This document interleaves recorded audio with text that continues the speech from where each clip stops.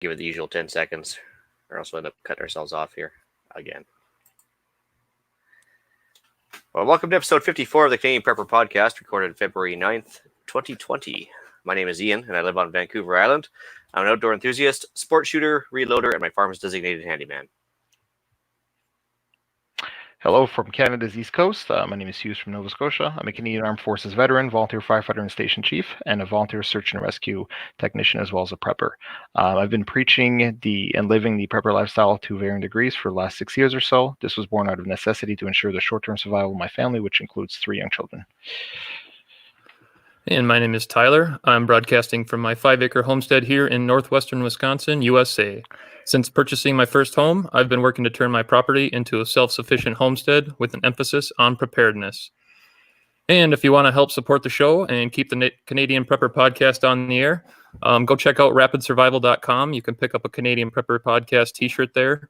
All proceeds help keep the lights on in the backup generator field. And if you're enjoying the show, please take a few minutes to like us on Facebook at facebook.com/Canadian Prepper Podcast and submit a review on iTunes. Also, we want your feedback, good or bad, or just if there's a topic you want us to cover, you can email us at feedback@prepperpodcast.ca. I searched high and low for a good dad joke on this one, but I used the intoxicating last time. So this one, I'm going to say we have some high-proof content for you in this episode. We're going to start off with some preparedness and related news articles. Next, we're going to be letting you know how we've improved our preparedness since our last episode. Then we're going to get into the main topic for the episode, which is hard alcohol production. So for the news, I just decided we should probably stop talking about Corona just for like 5 minutes. And, so I actually, very interesting thing. So in Thailand, an active duty soldier went on a shooting spree, and he ended up holding up in a mall and taking a bunch of people hostages, which doesn't do much for the argument where they say only the military and police should have guns, because it turns out there's crazies in the military too. So anyway, I threw the news article for that one, CTV news article, in the show notes. It's just worth the read, and the fact that I think you have to do more screening of the person versus the actual tool. And pursuant to Ian's comment that we're not going to be talking about the coronavirus, I did find a very interesting article. It's been all over the internet. Apparently, what they're saying is that the real figures for the coronavirus may have been leaked, which shows I believe the cases on this was like from 4 days ago. The number of infected in China might be as high as 150,000 with 24,000 dead. So apparently this was published on state-run media of some sort for a few minutes. It was taken down, but it was enough to be captured and spread around the internet. So are these numbers factual or not? Don't know, but it's kind of intriguing that it came from a state-run source. So yeah, just an interesting article around the corona epidemic that's happening right now. Well, because of course, state-run media, how can you trust it to begin with? But they probably just hit the wrong tab for the numbers they really want to release, or the number the massage numbers, you know. Yeah, but yeah, who knows? I'm sure when it all shakes out, I think they're gonna have some egg on their face regarding how they handled it and how they controlled information and everything else, because it seems to be quite the clampdown going on there right now for information. So yeah. Yeah, also had a quick article regarding the coronavirus. We've got another case here in the States, and it's actually in my home state here of Wisconsin. So this will be the 12th confirmed case in the United States. Just kind of hits home for me a little bit. I guess I'm not personally too worried yet, but it is a little concerning that it's getting closer. It does seem that their containment efforts are helping, at least within the states here. It seems like they're being cautious and taking the correct actions, but it doesn't take much for it to spread, so a little bit alarming.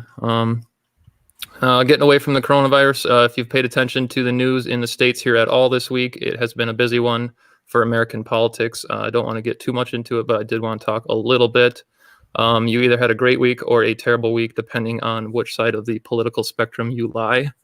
Monday, we had the Iowa Caucus, so that's basically where it's kind of the first step in determining who is going to be the front runner for the Democratic Party, and a whole lot of drama with that. They were kind of putting into effect a new voting app, and it just went haywire, and it was days before they got results, so that was kind of a debacle. Tuesday, we had President Trump deliver a State of the Union address. Again, lots of drama. We had the House Speaker Nancy Pelosi ripping up the script afterwards there. So again, just kind of shows the political divide within the states here. And then finally on Wednesday, we had the impeachment trial finally come to an end with President Trump's acquittal. And again, just kind of wanted to bring this up because I guess what I see here in the states is the country divided right down the middle with half against, or half on the left, half on the right. And I'm kind of seeing what I saw in 2016 and what really kind of propelled me into preparedness, and it's just kind of the animosity between the two parties. And I expect as the 2020 election approaches here in November, we're going to see a lot of the same. So. Yeah, it made for a lot of really good memes with the ripping of the paper there. Yeah, it certainly did. Like I said, I tend to lean towards the right quite a bit more. So I had a good week here in the States. Well, I mean, just like Bill Clinton, I mean, yeah, if you have, one house is going to vote for it and one house is going to vote against it, you know how it's going to end, but it's just the rest of it is just political posturing in between. Exactly. And that's all it's been for months here, really years, ever since President Trump's been in office. It's been just, kind of everyone putting on a fake show, trying to look better than the other party. But really, when it gets down to the nitty gritty, they're all it's cutthroat politics at the end of the day. So. Yep. Just variations on a theme. Yeah. It's we don't have soap operas nowadays. We just have that, I guess. Yeah, it's definitely just as dramatic, it seems. Yeah. All right, so we move on to what we've done lately for preps. So lately we've supplemented our EDC gear with some Super SE straps. You can check them out at supersestraps.com for heavy-duty, multi-purpose handkerchiefs and some really awesome paracord straps. The morale patch kits are a quick and simple way to keep gear with you all the time. Actually, they're morale patch kits. They actually have like a hollow rear end to them, so when you put the morale patch on your hat or whatever, you can actually put like cash or whatever behind it as well. It's kind of neat. So I got some stuff in the mail as well coming my way, so I'm going to see what I think of them after that. Cool. So what have we done lately for preps? So for me, I started on the bi-yearly, small engine maintenance, things like generators, tractors, mowers, ATV, and all that kind of stuff. It's just a good time of year when I'm not using a lot of this equipment to tear it apart, see what parts I need, do the oil change, filter change, all that kind of stuff. So I do this twice a year, typically in winter and then once in the summertime as well. I've also increased my long-term food storage by several weeks, and I've also set up a dedicated budget, which will build up over time, and then I'll use that for large food stock purchases. I'm staying on DEFCON 4 level right now since the coronavirus hasn't made its way east from Toronto yet. So yeah, that's where I'm at for the last week. All right. I only had limited days at home last week. I ended up having to bug out early and go back to work because of my transportation fell apart. So I, anyways, had to run back to work earlier than I would have liked, which cut short the prep time. But still been busy basically since just before I left and just since I got back, busy repairing the flood damage from the big deluges we had. Continued while I was gone, I guess, another 2 feet of rain, something like that, about 60 centimeters over the course of a week. It was just crazy. Anyway, so it's just mud and rocks everywhere now.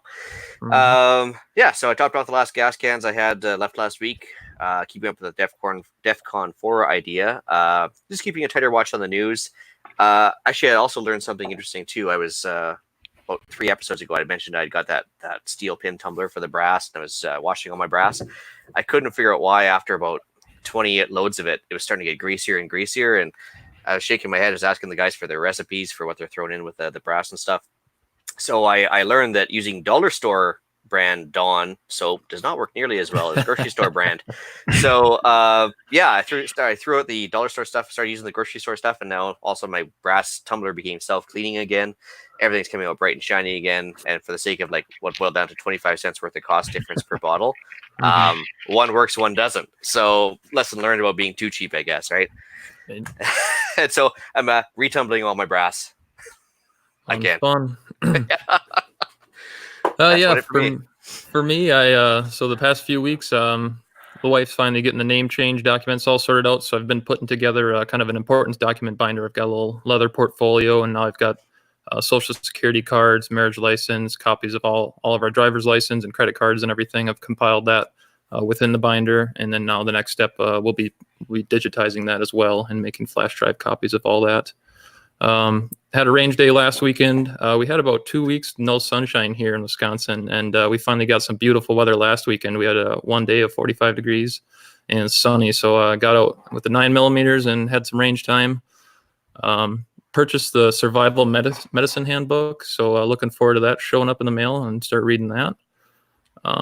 Went ahead and stocked up on some cold meds, immune boosters, and a few other pandemic supplies, just in case things get a little more aggressive than they are now.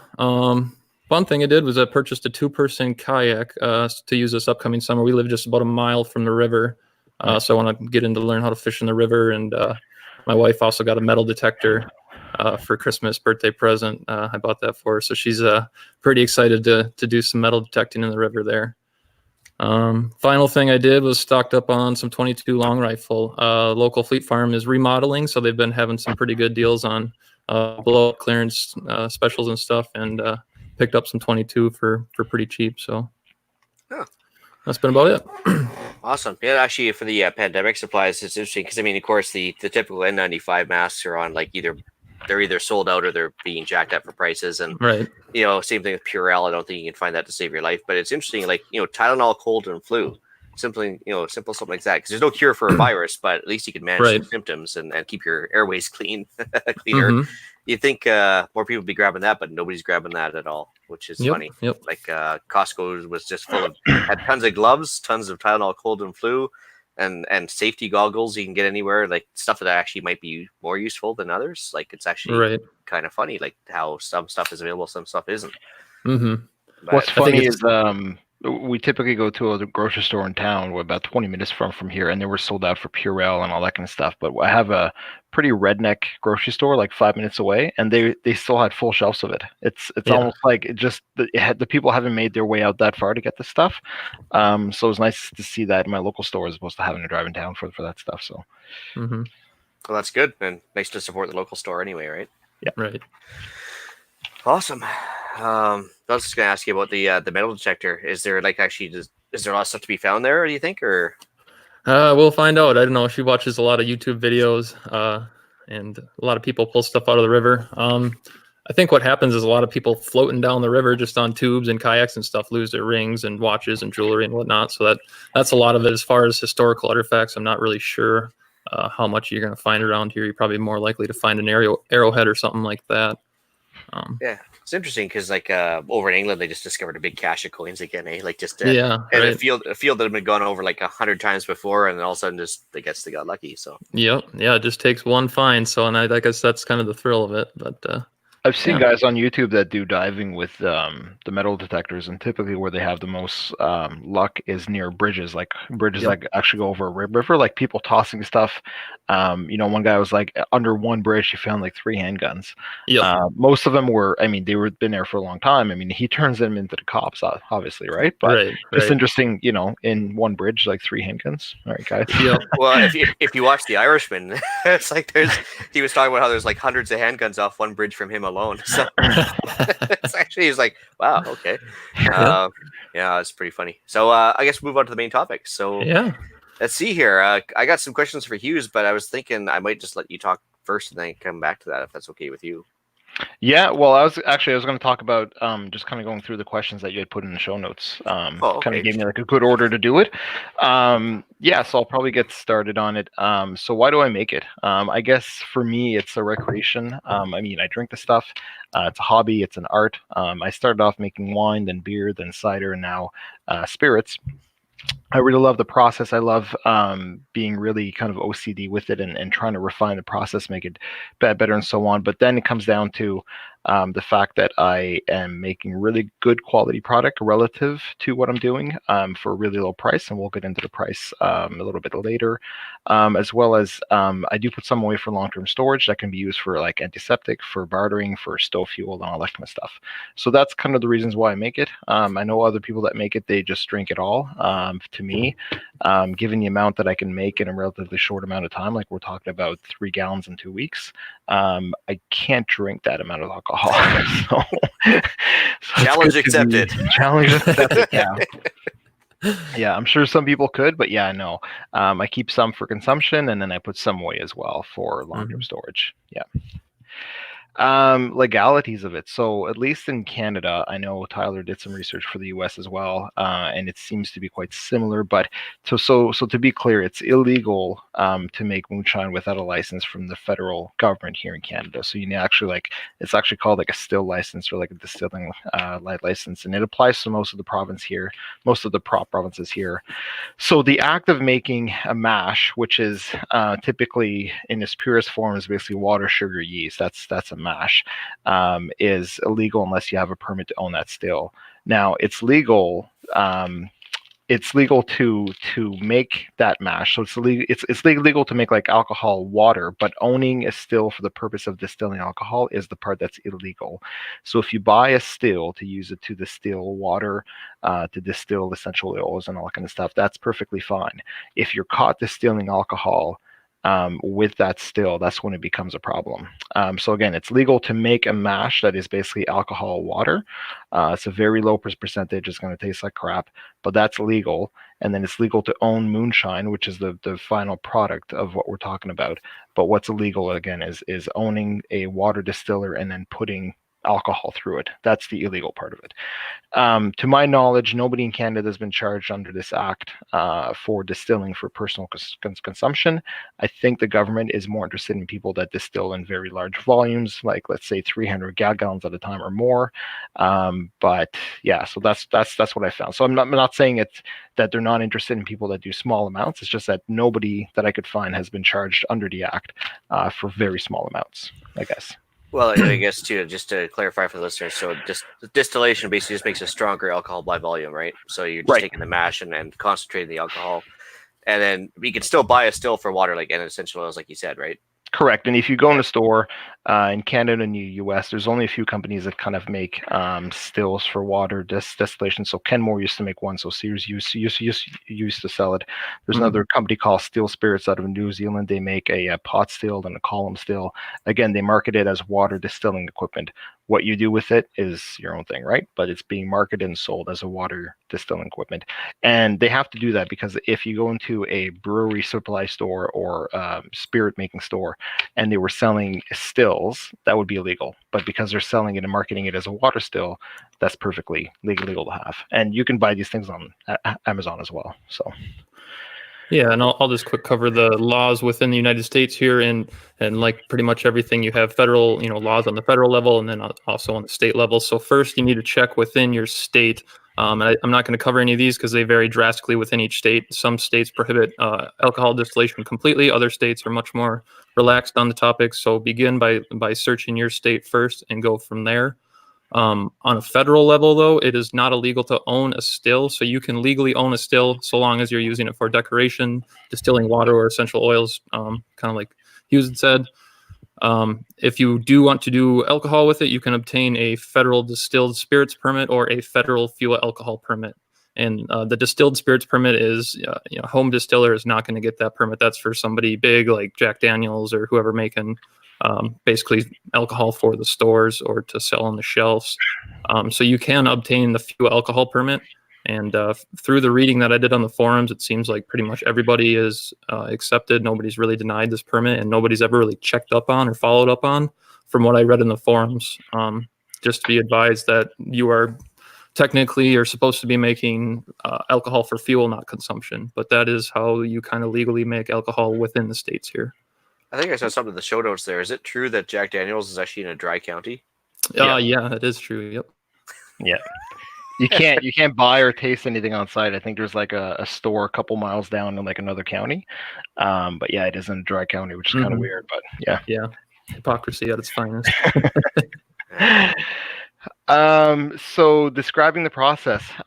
So it's actually, I mean, if you've ever made wine or beer or anything, it's one of the most rawest and easiest processes. It's basically, so for the folks that are on the video here can see, it's basically, so this is corn sugar, which is basically also known as dextrose. So you need corn sugar, you need water, and you need yeast. Now, when they say crap in, crap out, so quality ingredients into your mash, you're going to get a quality product out of your mash. You can use white sugar, but it's not going to be as good because there are some impurities in the white sugar, whereas the corn sugar is a lot more pure. If you're going to use White sugar, you would use 7 pounds of white sugar. I'm sorry, you would use 6 pounds of white sugar. If you're going to use dextrose or corn sugar, you're going to use 7 pounds to 21 liters of water. Sorry, guys, I don't know what the how many gallons. I think that's what, 7 gallons, maybe? No. 3.8 liters per gallon. So Okay. So anyway, so 21 liters of water, 7 pounds of corn sugar, and then you would use this yeast here specifically, which can be found pretty much anywhere. So it's made by Still Spirits. It's called pure turbo yeast. And the thing about this yeast is that it used to be called triple distilled, and it's a very pure, very refined yeast that has very few impurities. And that's important because coming out of the process, you want the least amount of impurities in your mash possible so that you can get the best end result. So what you do is you take your yeast, you take your sugar, and you take your water, you put that into a bucket, make sure that the water is at a certain temperature, so it's got to be at 30 degrees Celsius in order to start. You put your sugar and your yeast in, and then you leave that for 7 days. So you're going to have an airlock on your bucket, which we call a primary fermenter. That airlock is going to bubble away pretty feverishly for the first probably 6 days or so. Then it slows down, and once the air bubbles have stopped coming out of the airlock completely, what you would do is you'd take off your lid, stir it up a little bit, like 3 or 4 times a day, so that you get all the carbon dioxide out of that wash, and then you would clear it up. And the way you clear it is that you've got again from the same company, Still Spirits, it's called Turbo Clear. So you got part A and you got part B. You take the part A, you put it into your wash, you stir it up pretty vigorously, you leave it in for about an hour, and then you come back and you put part B. And once you put part B in, you kind of just fold it in gently, and then within 24 hours, you'll actually get a really, really clear spirit. And if I can, I'll probably, if it's okay, I'll just share my screen here, and I'll show you guys some pictures of what it looks like. Can you guys see the screen there? Yeah, there it is. Mm-hmm. Okay, so let me go to the actual Awesome picture here. 1 second. So this is what this here is what the wash looks like after 7 days. So basically, the fermentation process is ended. Now I'm stirring it up. I'm getting all the carbon dioxide out of the wash, and I do this 3 or 4 times a day. Once it's done, I put in the clearing agent, and this is what I get after 24 hours. So all of that carbon, which I don't know if you guys can still see on the screen here, this actually had to be added at the beginning. The sugar, yeast, the carbon black, which is basically just like a carbon which traps the impurities. And then once you clear it with the turbo clear, it takes all that carbon and all these impurities and everything and then shoves them right down to the bottom of the bucket. Okay. Next one, can you guys still see the screen? Yeah. There we go. Yeah, there we go. So once you've done this, you basically rack this liquid to another bucket, and this is what it looks like. It's a nice clear liquid, and at this point, you're looking at about 24 liters of alcoholic water. So you're talking about 16.5% alcohol in this water. And what you've got is basically a grain-neutral spirit or something like vodka, but it's a very low alcohol percentage, and there are some impurities in here. So this is the pot still. So this is a pot still made by a company called Still Spirits. It's marketed as the air still. And the reason why it's called the pot still is because it's just that. It's just a pot. You put 1 gallon of the wash in it, so that clear liquid that you saw in the bucket. You put 1 gallon or 4 liters in this machine. You turn it on, and within 2 hours, you've got 800 milliliters of spirit at about 60% ABV, or about 120 proof. Oh. Sufficient. So that replaces the complex copper line and all that. Yeah, I was gonna say, what happened to the old school copper pot with a big line? And... So let me explain the difference. Is that the pot still, you basically have, again, just this bucket. You put the 1 gallon of wash in it at 16.5%. 2 hours later, you've got 800 mils at 60%. So what this is that it brings the temperature of the liquid to between 68 to 72 degrees Celsius, which is a boiling point of alcohol. And then there's basically a condenser at the very top that basically once the evaporated alcohol goes through the condenser, it basically reforms into a liquid, and then it drops into the measuring cup. Now, this is a pot still. A column still is different in that you can actually take all 21 liters of your wash, put it into the machine, or or the column still, and then this will continuously run and do all 21 lead liters of the product at once. Versus this here, I basically have to do it 4 lead liters at a time. I have to clean it out, put 4 lead liters in, run it again for 2 hours. So I can do 21 lead liters in one day, but it's going to be a very extended day. Versus a column still, you can do it all at once. The only thing is that you basically have to sit there and babysit the machine, because you have to have a continuous flow of cool water coming into the machine in order to cool the evaporated alcohol and all that kind of stuff. So the column still is much more expensive. It's about 2.5 to 3 times the price. It's a lot more finicky. You have to babysit the machine as it basically runs. So this is a very easy way to get in the game. You basically, again, you just put your gallon in, you turn it on, you wait 2 hours, and you've got 800 mils of 60% spirit. And again, this is going to be like a vodka, right?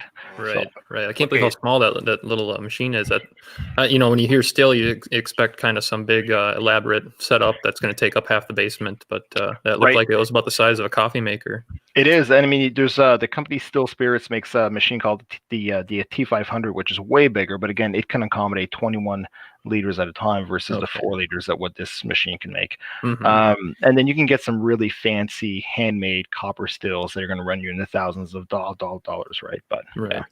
Actually, well, just those the old style stills. I mean, when you had the guys in coveralls and the guy was named Clem and Jen would get together and do their thing.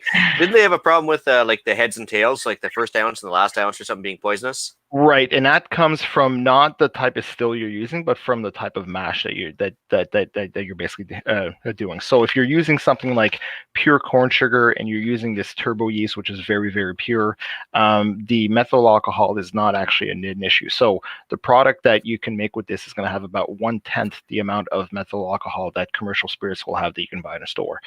But if you're going to use this to distill something that's made like a sour mash, like from corn or rye or something, because it's made from a fruit or a grain or like a vegetable, there is methyl alcohol in that. And in that case, when it comes to the distilling process, what we call the foreshot or the heads, this is what you'd want to basically capture and discard at the very beginning. So if you think about as the still runs, the first liquid that comes out is called the foreshots or the heads. You would capture that and discard it, because the methyl alcohol is the first thing that's going to be distilled out of the spirit. So you would get that and you would just discard it. In this case, because I'm using corn sugar and I'm using the turbo yeast, you don't have to do that. It's only if you're going to be making your own like sour mash with like cracked corn or with rye or something like that. Yeah, because I have some friends that use like they'd actually home make a mash, whether it be with potatoes or actually horse feed, like corn, oats, and barley called cob. Yeah, and they would actually make, because it's got like a high molasses content and everything else in it. And they were talking about that, and I was kind of curious as to how that came about. But yeah. So and then when you talk about a column still, it can distill to a much higher alcohol. You're talking about 95% ABV, or something like you could buy commercially called like Everclear, right? Which is about 109.90 proof. So when you're talking about commercial stills or the ones that you see on like the show moonshiners, you're talking about guys that are just distilling to 95% ABV. So I mean, this is very, very highly flammable liquid, and you also have an open flame, right? So you're talking about a much higher danger level of this stuff exploding, because you're distilling to 95% versus like 60%, right? So and I mean, this is a commercially made machine made to distill water, but again, it's mostly used for distilling spirits, right? So once you've made your alcohol at 60%, what you would do is you collect all of it. I ended up with 7.5 liters of it, and you can buy this 2-part bucket system. So you've got a bucket on top, a bucket on the bottom, and you've got a charcoal filter that goes in between the two of them. What you would do is you take that charcoal filter, you soak in hot water for about half an hour or so until all the bubbles come out. You would put in the bottom of the bucket. You put your 7.5 liters of 60% off. So sorry, you have to take that 60% alcohol and you have to cut it with distilled water to about 40%, because charcoal cannot filter anything higher than 50% ABV.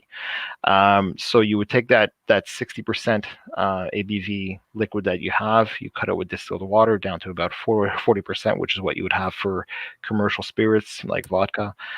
You put it into the bucket system, and it takes about 12 hours or so to filter through. And the filter in this case is good for about 25 liters. So because I'm only doing about 7.5 liters, I actually ran it through 3 times to triple filter it. And through each filtration, it became a lot smoother. Like I tried the liquid at 40% before I filtered it. I wouldn't say it was harsh, but there was some harshness there. Mm-hmm.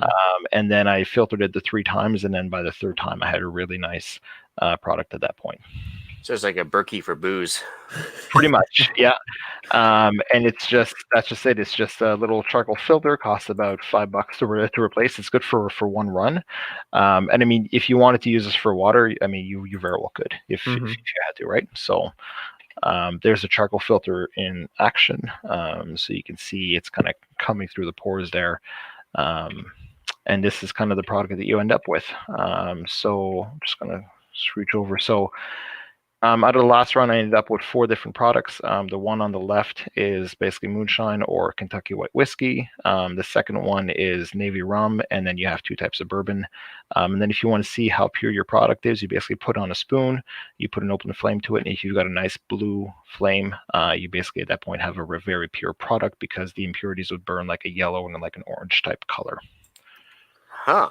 And so, actually, well, just since we're talking about those 4 types there, how do you flavor it afterwards? Like you've got the straight alcohol, and then you have to take it one step further, right? So let me stop sharing my screen. I'll show you guys.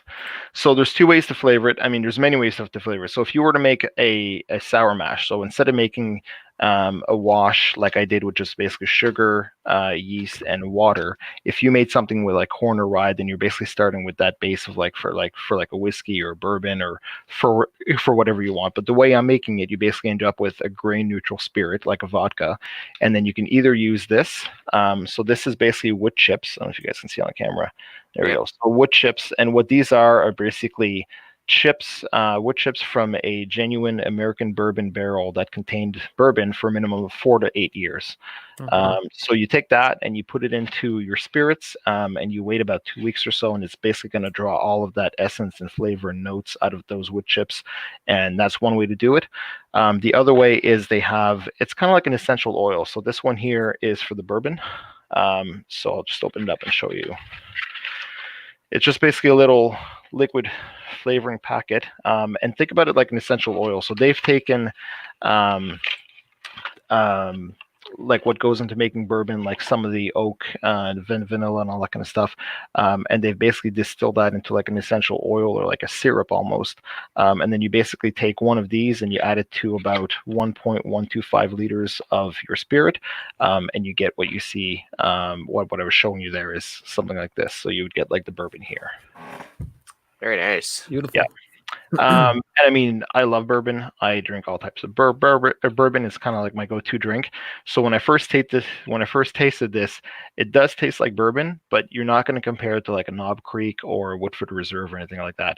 I mean, you can sip it. It does taste like bourbon, but again, it's not a high, top shelf type sipping bourbon. You mix this stuff in a drink though, and it's just amazing. It's really, really good stuff. Well, after the first drink, probably wouldn't notice really. So actually, have you ever tried aging any of this to see if it gets better over time, or? So I haven't, and the reason why is because I've read that when it comes to flavoring it with this stuff here, so the liquid, aging it won't do anything at all. But when you age it with the wood chips, they'll only be able to age the spirit you'll only be able to extract the flavor out of the wood chips for about 2 weeks or so. And then if you wanted to leave it longer, in speaking to the company that makes these things, they say it's not going to hurt it. You will develop more flavor over time, but you're going to get diminishing returns where whether you age it 3 months or 3 years, it's going to taste the same, right? So after the 2 weeks, you're really kind of not getting a lot more flavor out of those wood chips at that point, right? So. Okay. Any concerns with shelf life and stuff, especially after you flavor it like that? Or? No, so in looking through forums of people that have made similar product with a similar ingredients. Some people have let it age for 3 or 4 years. It's fine. And the manufacturer also says that if you keep it at 40 ABV, which is what commercial spirits are kept at, this stuff will basically last years. I mean, it's not going to go bad, right? Right. If you wanted to, you can put the wood chips in like a cheesecloth. You put it into your spirit. You could leave it there for 6 months, a year, 2 years, and again, it's not going to get any better, but it's not going to go bad either. So, okay. And then this was just what they call moonshine, or the Kentucky white whiskey. So this is a very grain neutral spirit. I tasted it; doesn't have a lot of flavor, but again, if you just wanted to mix it with drinks, it's great. I mean, it's actually not bad. And when you think about the price, I'm making this stuff for, I'm going to talk about Canadian bucks here. So $6.46 for a 1 liter of the product. So no, if anyone wants to do the math on that, but basically a typical bottle of like Knob Creek or Woodsford's Reserve or Maidmaker's Mark is going to come in at about, it's going to be 750 mils, and it's going to cost you, at least in Canada, about 40 to 50 bucks, right? And I'm making 750 mils for about $4.68. Wow. Canadian. So if you translate that to US, you're probably talking about, I don't know, $3.50 for a 750 milliliter bottle equivalent. Now, this 500 milliliter mason jar, I think, what is it, 16 ounces? Well, that's a pint. Pint, yeah, and 750 mil is 26 ounce. Right. So this 500 ml bottle, it's actually, the bottle is $2.10, and the alcohol in it is like $3. So I mean, the bottle almost cost me as much as the booze. Right. So, you're doing pretty good then.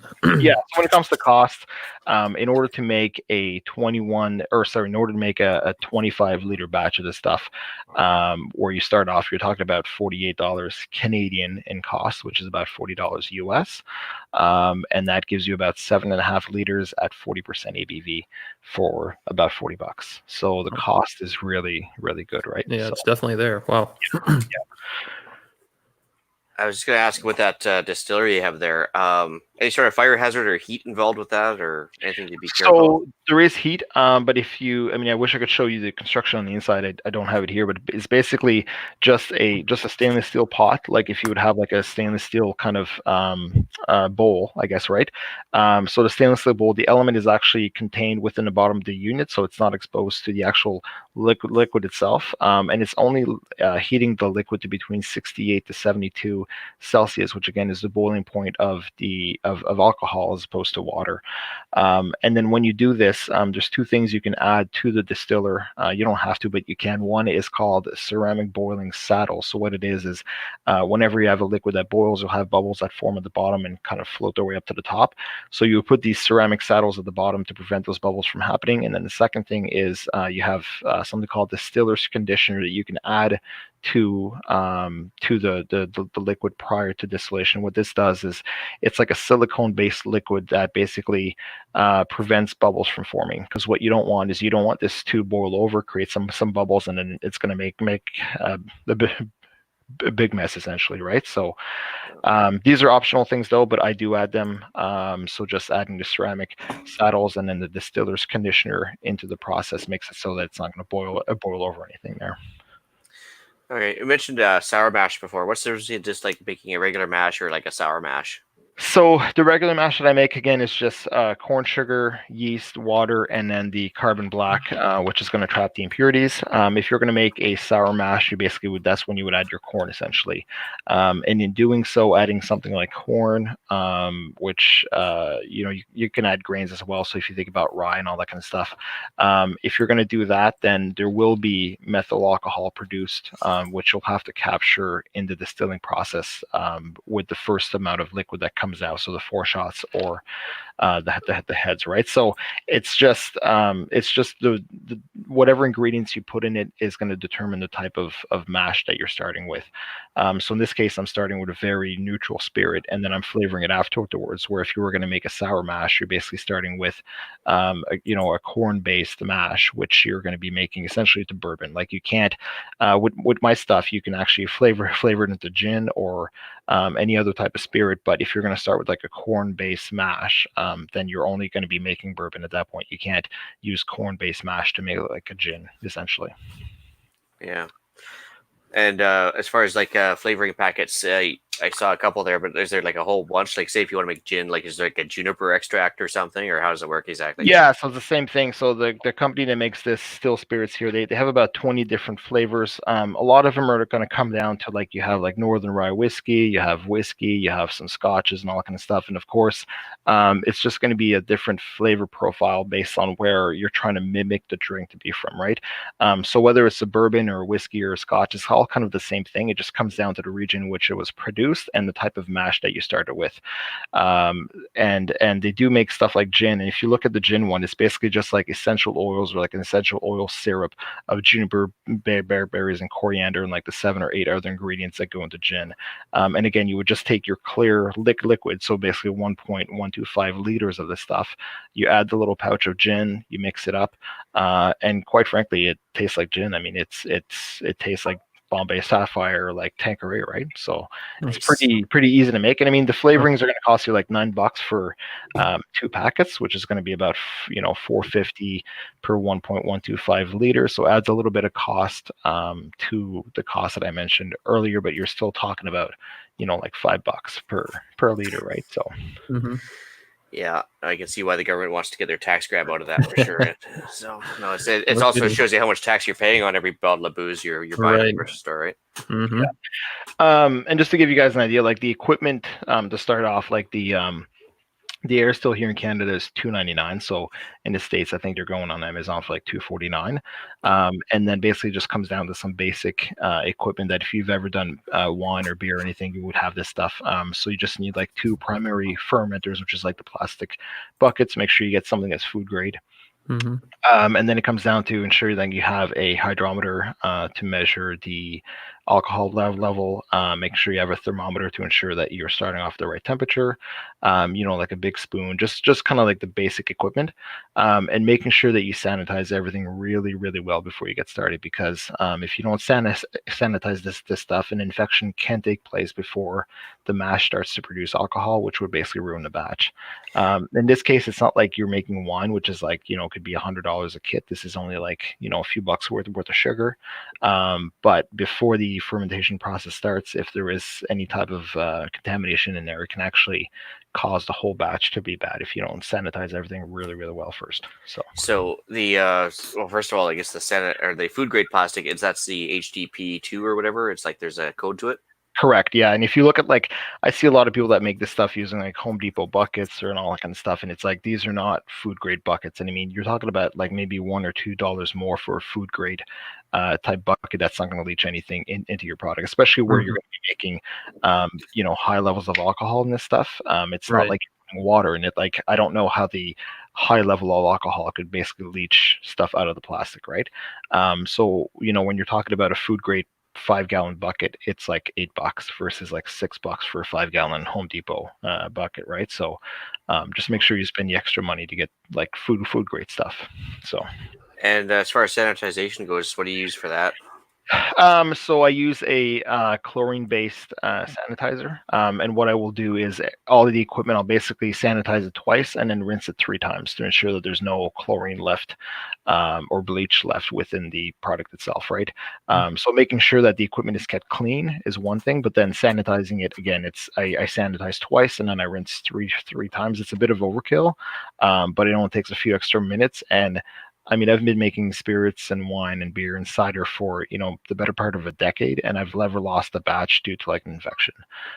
So I'm just going to keep doing my OCD process, which seems to be working. I haven't lost anything yet, but that's typically how I do it. Yeah. Well, there's no kill like overkill, right? Mm-hmm. Exactly. Yeah. So, like, you say chlorine based on are you making your own with your bleach solution, or do you actually buy like a chlorine based sanitizer that's kind of pre-made?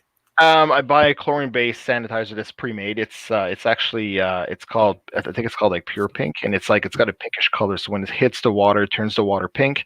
And then as long as you see pink in the bucket or pink in the vessel, that you've still got some sanitizer in there. So it's great to make sure that you clean all of that sanitizer out, because the chlorine could kill the yeast, which would basically ruin the batch as well, right? So just making sure that you rinse it 3 times to make sure that you're getting all of the bleach out of there. A lot of people I know though do make their own bleach, using like pool shock. But I mean, for the cost of like $5 for like a pound of stuff, it's not that big of a deal. So. Oh, that's awesome. That's a lot of info, man. Yeah, and just want to mention, like, if you look at a column still as well, like the same company that makes the pot still makes a column still, and the main difference with that as well is that you can distill to a much higher level of alcohol. So you're talking like 95% or 190 proof. And then if you wanted to filter that through charcoal, you still would have to cut it down to 40% or anything below 50% in order to filter it through charcoal. Because if not, the viscosity of the liquid is such that it's just going to pass right through the charcoal and not have the ability to get filtered at that point. So. Yeah. I got a quick question about the time commitment. It doesn't sound like it's a whole lot of hands-on. It seems like kind of a lot of background process, a few minutes to get something going, and then you're walking away for a few days or... Yeah, that's right. So if you're talking about getting the process started, I mean, you take your bucket, you sanitize it, you put 21 liters of water in it, you put your 7 pounds of sugar, put your yeast, you put your carbon, you stir it up, you put the lid on it, wait 7 days.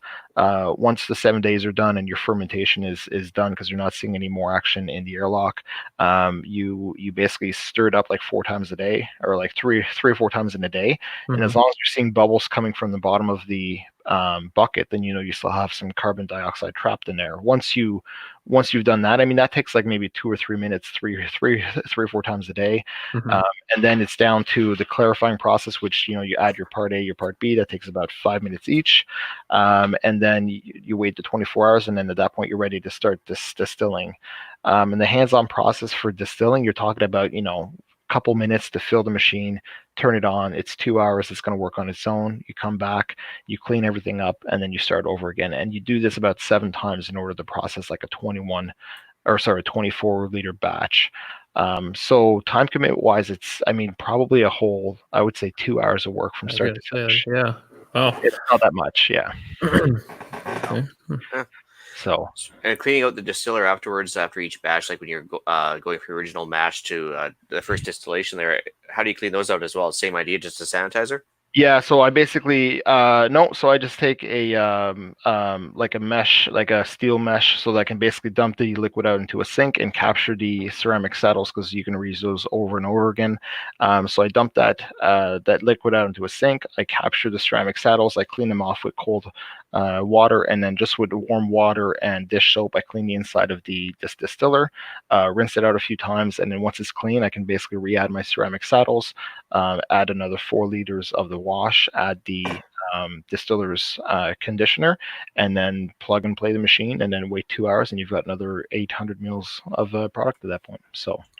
Wow, that does seem a lot simpler than I thought it would be, but of course you're not using the old style copper still either with all the right. Stuff, right? I mean, what I was thinking about getting into it was a pretty daunting thing, because of the fact that they don't spill it out quite as well as wine. Because if you look in Canada and the US, making wine and beer and cider and all that kind of stuff is perfectly legal, but in order to make this stuff, there's a step which is not legal, so they don't spill it out for you exactly as they would with wine, all that kind of stuff. So you have to be a little bit resourceful. You have to go online, you have to go on YouTube, and find how people are making this stuff. And I actually found a video that I can link in the show notes of somebody who is using all these products from the company called Steel Spirits to go from point A to finish. And I followed exactly that, and within a week and a half, I had amazing spirits. Wow. For really cheap price, right? Nice. So, yeah.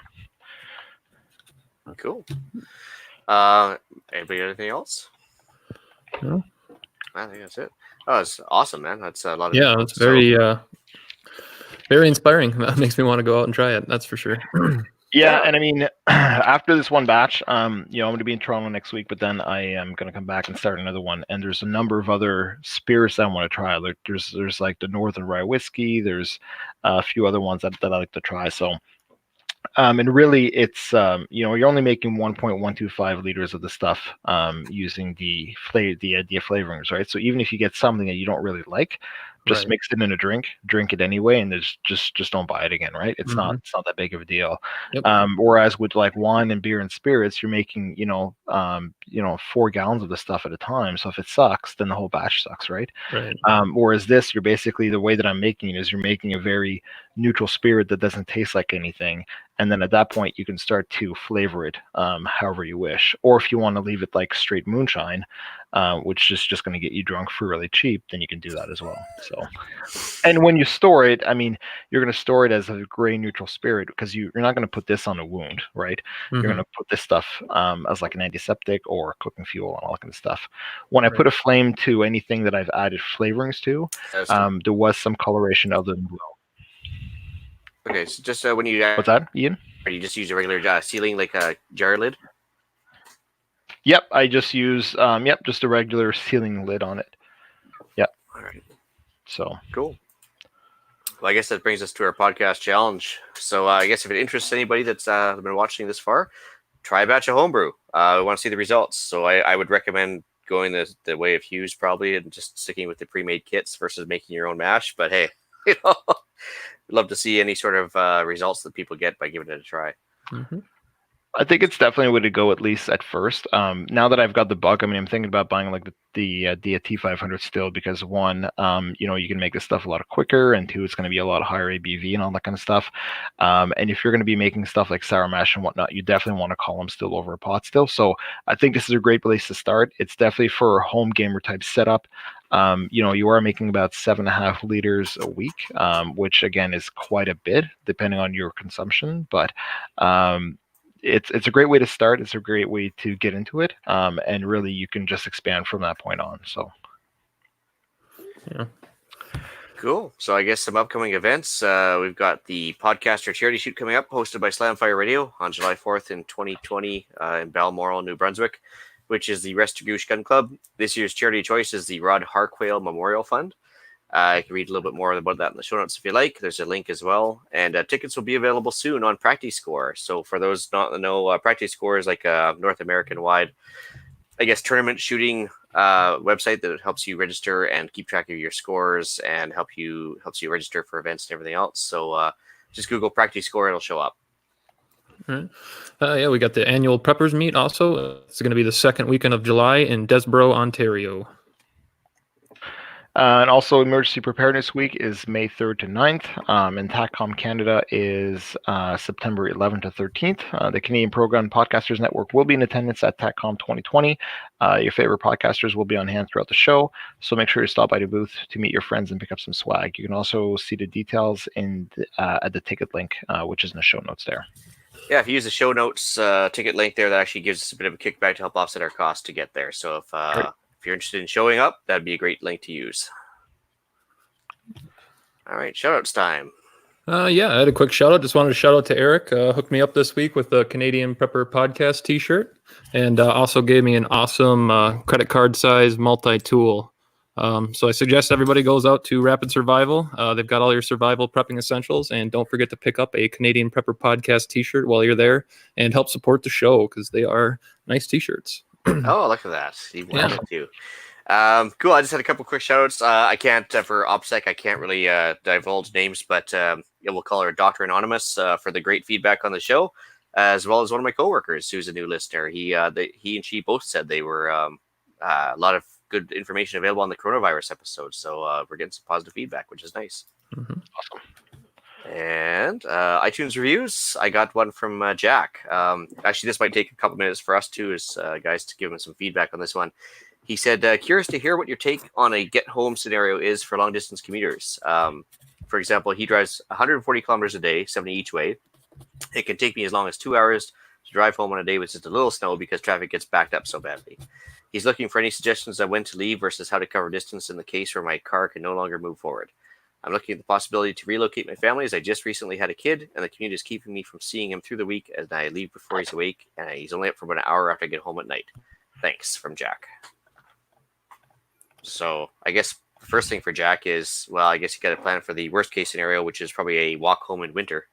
Yeah. Right. Yep. And I'm in a similar scenario. I've got about a 40-mile commute to work. And yeah, this is something I've definitely thought about, EMP scenario, something like that, or even just, I don't know, really any collapse scenario or terrorist scenario where the roads are blocked and you can't drive home. That's a long ways to hoof it. I guess the first thing is just to have a really well put together get home bag within your car. I guess for me, a 40-mile walk means 2 days, and that's assuming no setbacks. So enough food and water and everything for, I'd say, at least 3 days. And then the appropriate season, attire, clothes, like warm boots, all that kind of stuff. Well, I was just thinking too, like vehicle wise, ensuring that your vehicle doesn't get below half a tank. So if it means you've got to fuel every 2 days, I mean, that's probably an important thing to do because, if you're going to be stuck in traffic for 2 hours and you're down to, your last gallon of gas or something like that, right? That's a great way to get stuck. But maybe even carrying extra fuel on hand. But and then everything that Tyler said as far as having a proper get home bag that is seasonally set, so that if you're in winter or summer, that you've got the right things that you can take with you should you have a 2-day walk ahead of you, right? So if you have to bag in a vehicle. Well, with an emphasis on foot gear and keeping warm, because I mean, most people when they go to work, they're wearing either dress shoes or something that normally they wouldn't expect to walk, 70 kilometers in. I figured out if you're making about 4 miles an hour on a good pace walk, or like maybe 5 kilometers an hour, you're looking at a solid 2-day walk, and that's assuming you're hoofing it at a good distance each day. So I guess in order to plan for unexpected things that come up, I'd plan for a 3-day walk, and then exactly. Yeah. Enough food and water for such, or at least the water means to filter water, because I mean between a Silcock Key and local water sources, I'm sure you could find enough water to carry, or enough water to procure versus carry, and other than that, I'd say just enough food to get yourself there. Keep in mind keeping warm, having a light. Yeah, and just a way to make sure that your family knows what your plan is, so that if you don't show up for a couple of days, then they know what happened. Yeah. And something else I've thought about too, I know you can get like folding bikes, or even a scooter would be a lot better than walking it, assuming the roads are plowed, that sort of thing. But, depending on where you're working, or if you've got relatives close to your workplace, maybe you could stage a bike and just leave it right at work. Obviously, you're not going to be biking to and from work on a day-to-day with a 70-mile commute. But if you've got to, pick up a cheap bike off Craigslist for $50 and you just throw that in the back of the building or wherever you can at work, and that's just there in case you were to ever need it someday, maybe that would be a good alternative for you if you're really worried about something like that.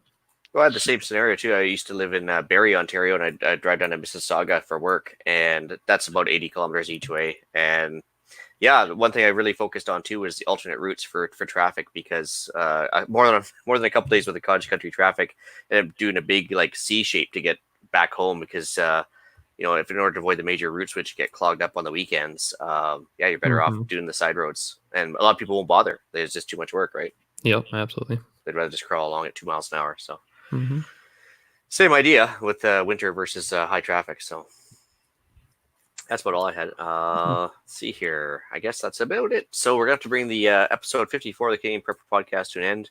You can find the podcast on iTunes, Podbean, Spotify, or your favorite podcast app. Please help us out.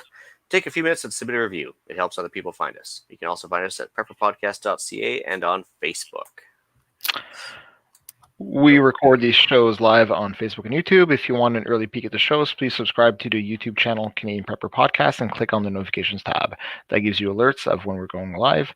We can also be found on Facebook on our page at Canadian Prepper Podcast, and you can contact us directly on Instagram. Actually, never mind. That's Alan's.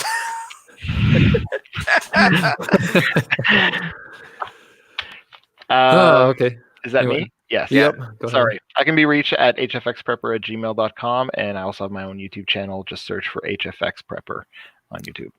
Yeah, if you got any questions or advice for me, you can email me at tyler@prepperpodcast.ca. All right, you can reach Ian directly by emailing me at theislandretreat@gmail.com. You can also find me on Canadian Patriot Podcast, also available on iTunes and YouTube.